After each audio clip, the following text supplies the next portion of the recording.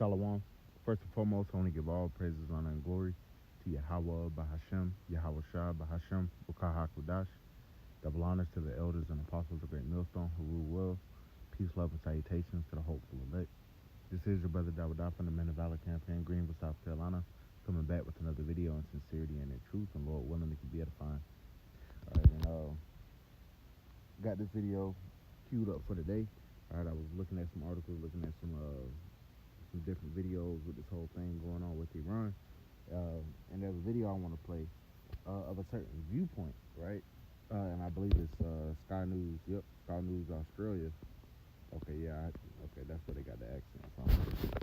It's either Sky News, you know, they have a Sky News in England and stuff, you know, so similar accents. But basically, you know, they're saying that, you know, and this is the mindset of the West, that Iran is looking weak right now because here it is, within the last couple of years, there's been major assassinations on major, you know, political and military leaders of that nation. And at some point, Iran is going to have to actually, you know, retaliate, not just through Hezbollah, you know, or their different proxies, the Houthis and shit like that.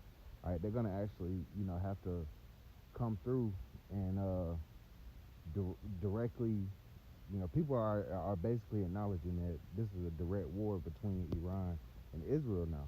Okay, they've been going at it with the proxies for a very long time, but now it's elevated to a new level, right? So, concerning this, I'm gonna play this video, you know, and for right now, it seems like they might, you know, still be, they're gonna continue to use their proxies. It's like just same way how the United States is using Ukraine to fight Russia. All right, they're funding them and whatnot. All right, that's what Iran is doing to Hezbollah and the Houthis and, you know, some parts Hamas, right, concerning this war. Well, eventually we know it's going to be a direct conflict, all right? And with Israel going and actually, you know, sending a strike within Iran, you know, actually the capital city of Iran, Tehran, they're going to have to do something, right? As you see this title right here, it says Iran is the laughingstock of the Middle East. And we're going to play this, and the guy makes some good points.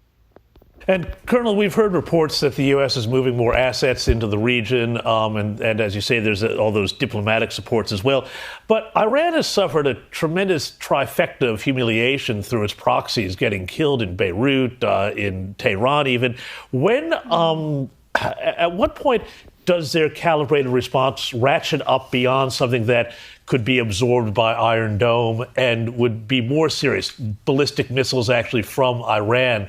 Or is Iran being very calculating, saying, we want to show that we're responding, but not do something that's going to kick off this regional war that people are worried about?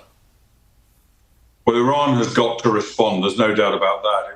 Iran is now the laughingstock of the Middle East, with the leader of Hamas taken out under Iranian protection in Tehran. They've got to respond. They can't afford this kind of embarrassment without a response. And the response also, in my view, has to come quickly, because in the Middle East, a delayed response is also seen as weakness. So they've got to do something, and it's got to be something, I think, pretty serious. Last time, 14th of April, they fired something like 350, 400 projectiles at Israel and did almost no damage whatsoever, because they were pretty much all knocked out of the sky.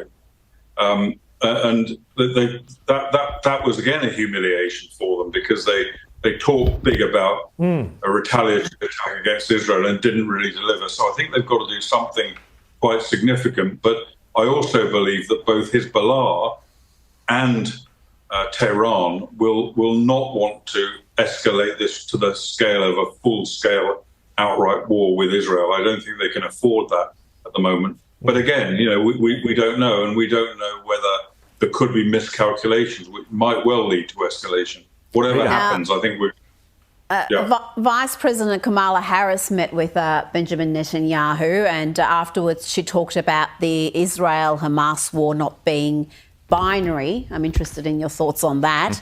And she said she wasn't going to stay silent about wanting an end to the war, wanting a ceasefire. How do you think the Biden administration and a possible Kamala Harris administration will mean for the Middle East long term? There seems to be a fair bit of chaos within the Biden administration, but think ahead. If we do have Kamala as the leader of the free world, what does that mean for Israel?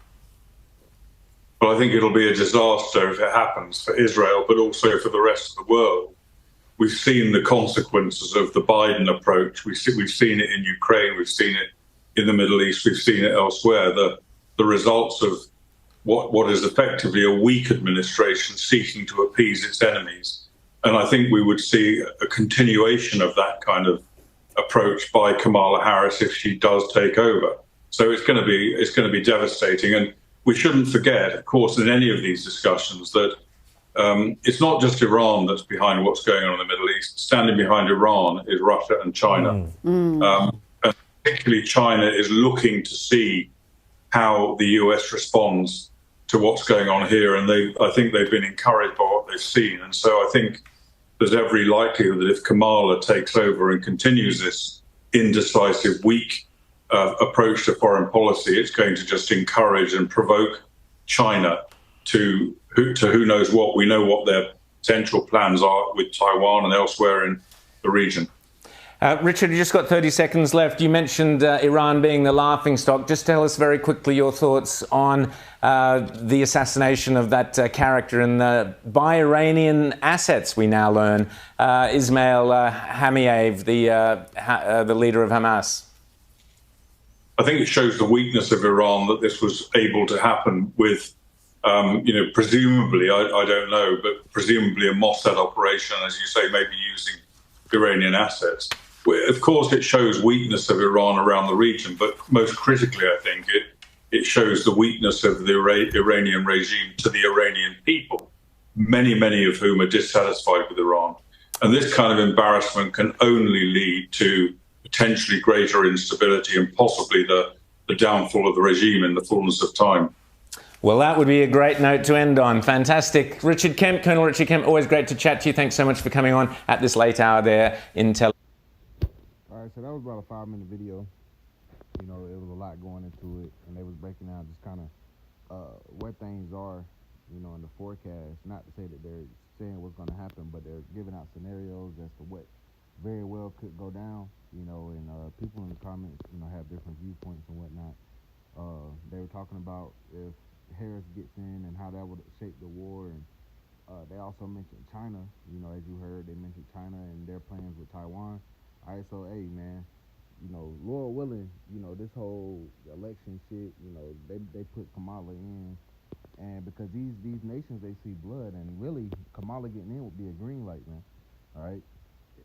All out hell would break loose, man. All right, maybe not immediately, but, you know, hey, we can see it, because America's already pretty much stretched in with all the, with his military aid, you know, and his military spread, you know, throughout the world.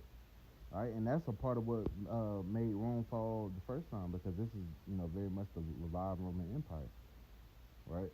The military got stretched in, you know, and that's what's happening now, and it's at the expense of what? The American tax dollar, right?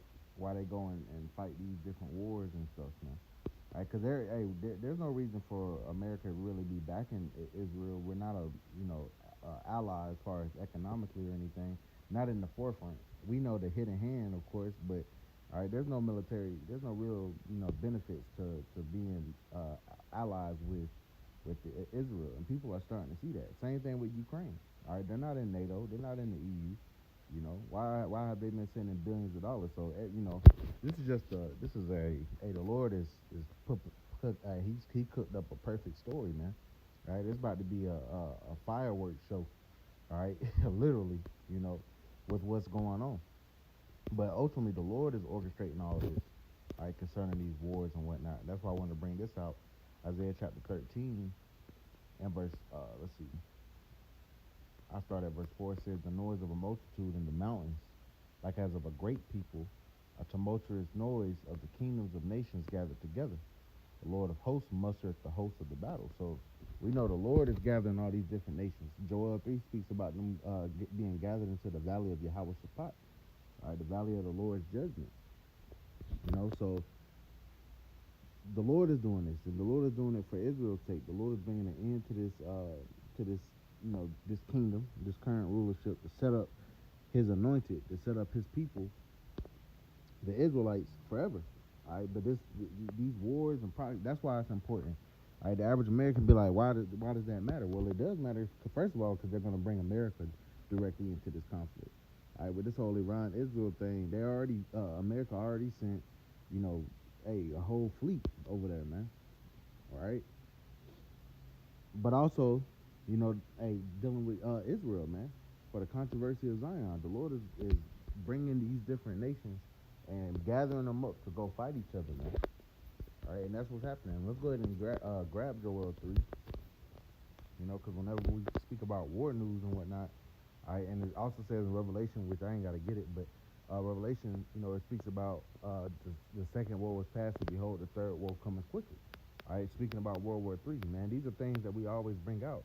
And we said that Israel is going to be, the scriptures say that Israel is going to be the least of the flock that shall draw them out. We believe through the Spirit, and we see it. They in the middle. There hasn't been peace over there since they got over there, right? There's not going to be any peace, and in fact, they're going to help bring all these nations into World War III, and help bring them down to the valley of Yahweh Shaphat, provoking them, so to speak. All right, because the Lord said He will war with Amalek from generation to generation, man. He's waking up the mighty men. He's bringing all these nations.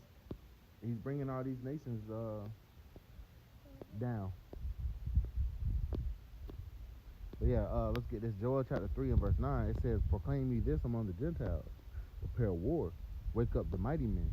Let all the men of war draw near. Let them come up. Beat your plowshares into swords and your pruning hooks into spears. Let the weak say, I am strong. So we see the weak saying they're strong. Now what America's or what the West sentiment is concerning Iran, is they're saying that Iran is the laughing stock because they haven't retaliated, but they haven't pulled out the big guns yet, because they're going to have a major backing, and this is according to Ezekiel 38 chapter. They're going to have a backing of Russia, who's also backed by China. So this is why this one in particular, this conflict in particular, is so important, because it's going to bring two of the world's biggest military and economic superpowers into this war. Verse 11, it says, assemble yourselves and come, all ye heathen, right? Because the Lord is against you heathen. It says, and gather yourselves together round about. Thither cause thy mighty ones to come down, O Lord. Let the heathen be wakened and come up to the valley of Yahweh Shaphat. But there will I sit to judge all the heathen round about. It says, put ye in the sickle, for the harvest is ripe. Come, get ye down, for the press is full. The fats overflow, for their wickedness is great.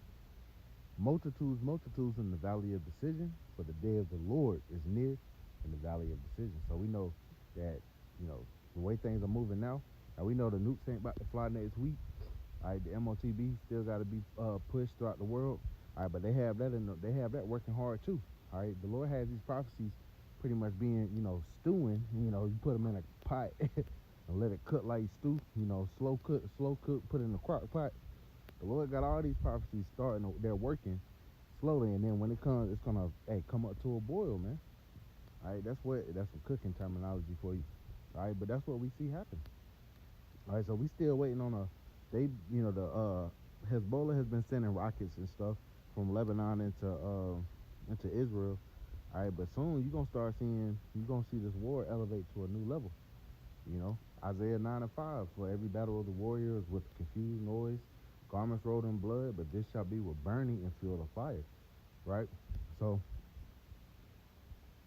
we know this next level is going to go from the ground troops, which you still going to have that going on, but they're going to start sending these cruise missiles, these pocket nukes and shit like that, tactical nukes. All right, we're going to see that eventually. All right, Lord willing, it's this year. So we're going to continue to watch and see what's going on. All right, keeping our eyes on that region, because that's where shit's going to pop off. All right, so Lord willing, is edifying. I want to give all praise, honor, and glory to Yahweh, Bahashem, Yahweh Shah, Bahashem, Ruach HaKodesh, and double honors to the elders and apostles of Great Millstone who rule well. Peace, love, and salutations to the whole elect. Till next time, Shalom.